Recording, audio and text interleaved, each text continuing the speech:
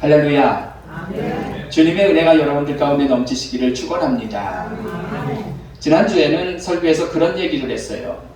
용사라는 거. 예? 신앙, 믿음의 용사가 되어야 된다는 거죠. 무엇보다 수단한 거예요. 이게. 어떤 무기를 가진 거다. 그래서 사도 바울은 고난 중에도 어려움 중에도 그리고 죽을 상황 앞에서도 늘 감사했던 거예요. 자기 좋은 거 다 던져버리고 우리로 말하면 제일 나쁜 거 그런 것에 대해서도 감사하고 용서하고 예? 그냥 그렇게 살던 그 사람이죠. 고린도 후서 6장을 보면 바울은 하나님의 일꾼입니다. 자기가. 근데 자신이 겪었던 여러 가지 어려움들을 말하고 있어요. 나 옛날엔 이렇게 잘 나갔어 라는 거는 하나도 얘기를 안 하고 뭐라 그러냐면은 고린도 후서 6장 4절부터 5절 보면은 궁핍했다. 가난한 거죠. 먹을 것도 없었던 거죠. 매 맞았다. 갇혔다. 난동에 어려움을 당했다. 잠 못 잤다. 먹지 못했다. 이런 얘기들을 사도 바울은 서신을 통해서 하고 있어요. 그러나 바울은 죽은 자 같지만 살아있는 자였고 근심하는 자 같지만 항상 기뻐하고 아무 것 없는 것 같지만 모든 것을 가졌다라고 9절과 10절에서 얘기하고 있어요. 자기 환경은 늘 안 좋아서 죽을 것 같은 상황까지도 겪었는데도 늘 감사했다는 거죠.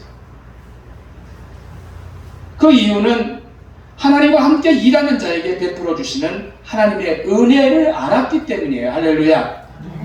내가 비록 매맞고 힘들고 어렵더라도 하나님이 나를 붙들어 주시고 먹이시고 입히시는 그 은혜, 이러니 내가 어떻게 감사를 안 해? 이거죠. 여러분, 바울은 자기가 그런 걸 나타내지는 않았지만 어떻습니까? 우리로 말하면 서울대학교 나온 사람이에요. 최고의 가문, 최고의 학문, 정통, 유대인, 로마, 시민권. 이런 사람이 뭐 하고 있어요? 바꿈죠. 매맞을 정도가 되도록 그렇게 어려운 고난을 당하죠. 그렇지만 이런 것 자체에 있어도 나 이렇게 살아있고 숨쉬는 것 자체가 하나님의 은혜다. 그래서 나는 감사한다라고 바울은 고백하고 있어요. 감사가 얼마나 좋겠습니까? 진정으로 감사하면 오늘 본문의 말씀을 볼 때도 감사하면 어떻다? 평안을 가져온다 했어요. 평안. 네. 이건 제 해석입니다. TV 뉴스를 보니까 삼성에서 이부진 씨와 이재영 씨가 정기적으로 프로포폴이라는 것을 맞았어요. 그게 내시경 할 때 쓰는 거네요. 그런데 그게 어떠냐면 마약 성분이 들어있는 거라는 거잖아요. 그게 치료를 위해서 간단하게 맞은 수치고는 너무나 많다라는 거죠.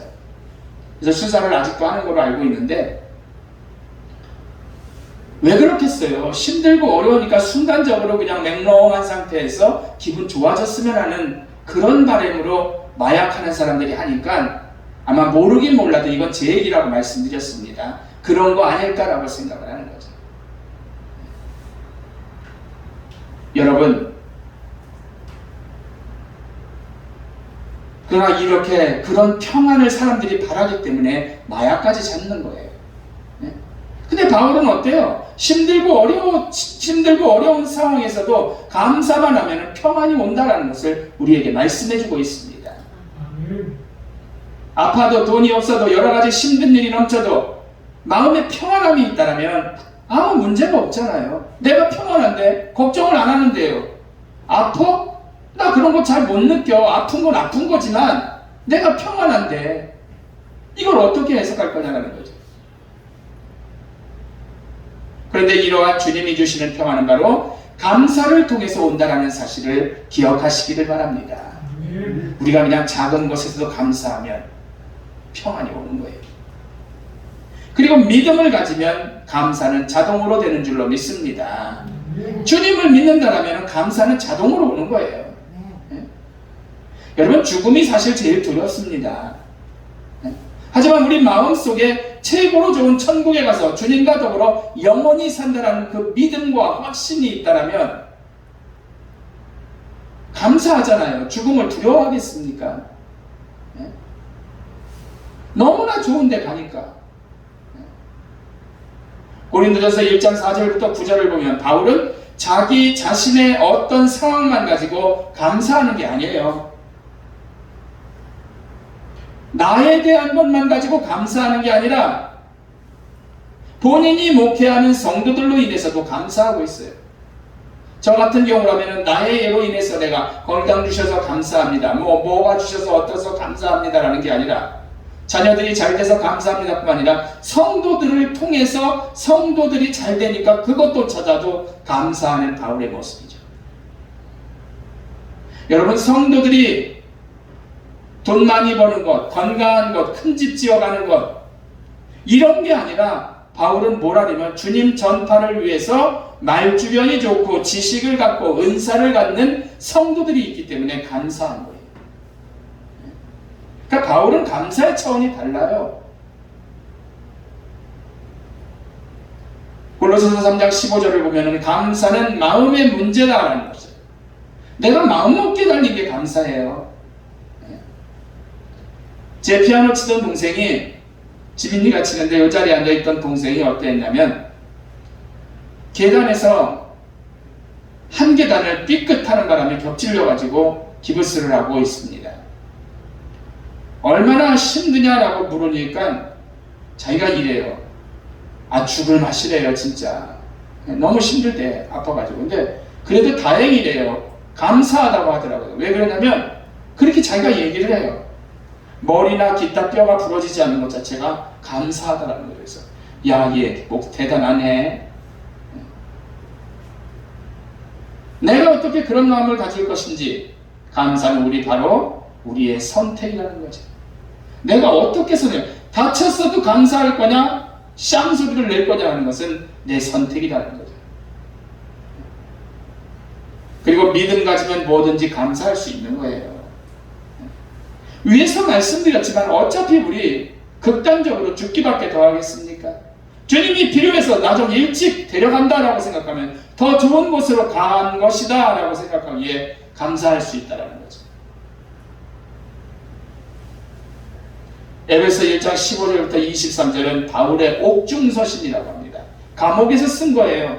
감옥에서 뭔 감사가 있겠습니까? 사람 뺐습니까? 아니에요. 영원히 살라라고 복음 전하다가 잡혀 들어가서 감옥에 있는 바울입니다. 근데 그 감옥에 있으면서 사도 바울은 감사를 하고 있단 말이에요. 억울하게 가장 사람들에게 좋은 복음을 전했는데 감옥에 갇혀버렸어요. 고문당합니다. 고생합니다. 그런 사람이 무슨 감사를 하겠어요? 그러나 옥중에서도 에베소 교회 성도들의 믿음에 대해서 감사하고 있어요.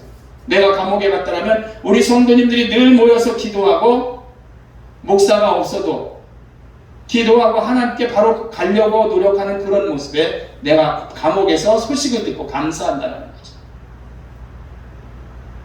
이들이 마귀의 유혹에 끌려가지 않습니다. 서로 사랑합니다. 더 똘똘 뭉칩니다. 그것에 대해서 사도 바울은 감사하고 있어요. 감옥에서 성도들에게 주님께서 지혜와 계시의 영을 주셔서 하나님을 알게 하심에 대해서도 감사하고 있어요. 성령이 하나님을 알게 하는 지식을 주신 것, 아이고 너무나 감사하네라는 거죠.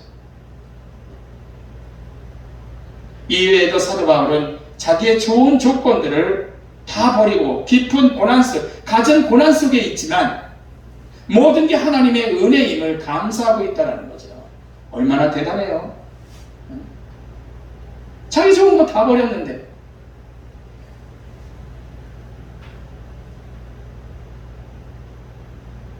성도들에게 주님께서 지혜와 계시의 영을 주신 것, 이런 것도 감사하고, 범사에 감사하라고 사도 바울은 그러기 때문에 말씀하고 있는 거예요. 오늘 본문에.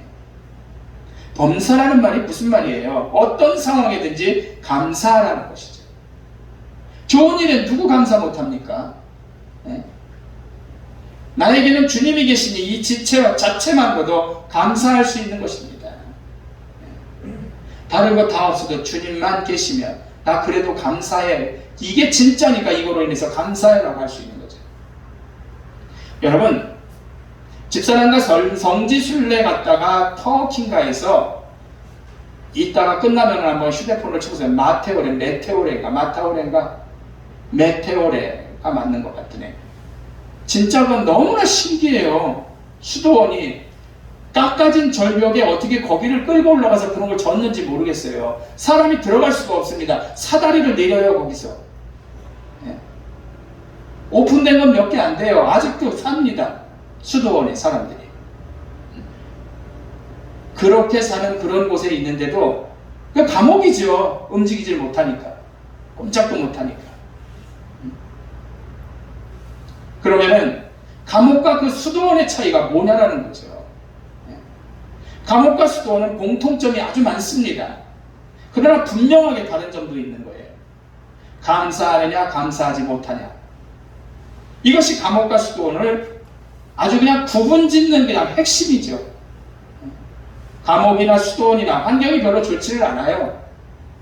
물도 없어요. 그러니까 제대로 물을 막 쓰지도 못하는 거예요. 거친 음식이 있습니다. 험한 잠자리가 있습니다. 갇힌 생활입니다. 함부로 나가지도 못합니다. 험한 규율을 적용받습니다. 수도원 같은 데는요, 하루에 예배가 막 5-6번씩 있고요.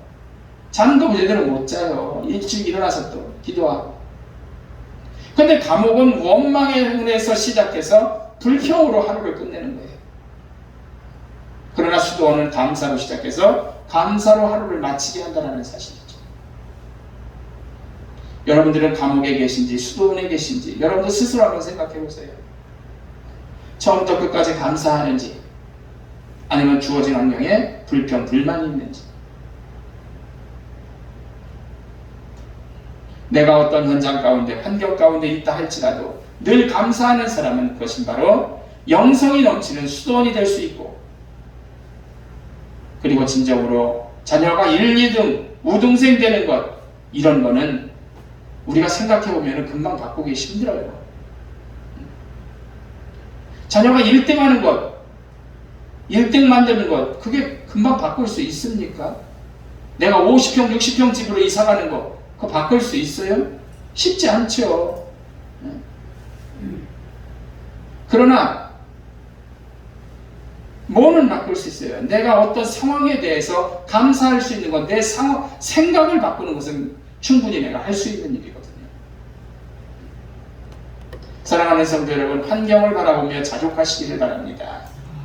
이것이 바로 범사에 감사하는 거예요. 얼마나 많은 것을 주셨어요. 네? 아파서 못 나오지 않았잖아요. 이것저것도 안 되면 나를 사랑하시고 나와 함께 하시는 하나님을 여러분들이 바라보세요. 그분은 나를 자녀 삼아 주셨습니다. 당신의 외아들을 죽임으로 나를 살려주신 분. 사철 따라 먹이고 입히셨습니다. 밥 굶지 않도록 인도하신 분, 그분이세요. 네. 코로나 시대에도 적절한 시기에 주사 맞게 하시고 우리나라가 다른 나라보다 방역도 잘해서 이런 것도 감사죠. 하나님의 은혜죠. 네. 얼마나 감사해요. 범사에 감사하라. 이는 우리를 향하신 창조주 하나님의 뜻입니다. 라고 성경은 말씀하고 있습니다. 부디 이 자리에 있는 모든 성도님들, 형제 자매들에게 그리스도 안에 있는 하나님의 풍성한 사랑으로 인해 감사가 넘치기를 주의 이름으로 축원합니다. 우리는 정말로 작은 것에서도 내가 걸을 수 있는 것, 네. 이게 왜 당연해요?